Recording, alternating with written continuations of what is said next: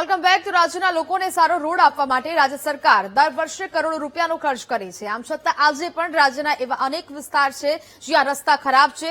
આવો જ એક રસ્તો બોટાદના રાણપુરમાં છે. રાણપુરના લીંબડી 3 રસ્તાથી મનુભાઈ શેઠ સ્કૂલ સુધીના રસ્તામાં મસ્ત મોટા ખાડા પડ્યા છે. શહેરના પ્રવેશદ્વાર સમાન આ માર્ગ પર મોટા ખાડાઓને કારણે વાહન ચાલકોને ભારે મુશ્કેલીનો સામનો કરવો પડી રહ્યો છે. ત્યારે સ્થાનિકોએ તાત્કાલિક આ નવો રસ્તો બનાવવાની માંગ કરી છે.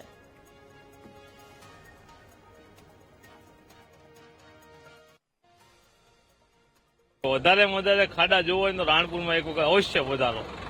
તંત્ર આની ઉપર ઘણા પણ ખર્ચો કરી રહ્યું છે.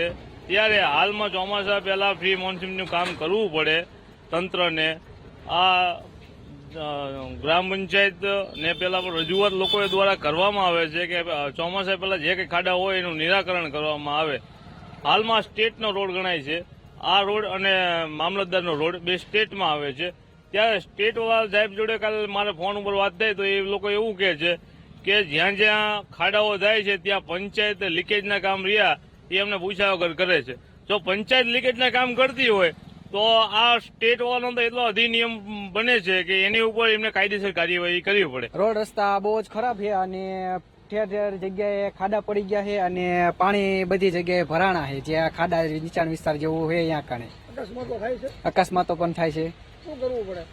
તો વહેલા સવારે કામ કરે તો ઝડપી આ સમસ્યા હલ થઈ જાય. રસ્તાનો જે આજે મુખ્ય માર્ગ રહ્યો ધારપીપળા એપીએમસી થી લઈ અને લીંબડી 3 રસ્તા સુધી એની હાલત ખરાબ છે.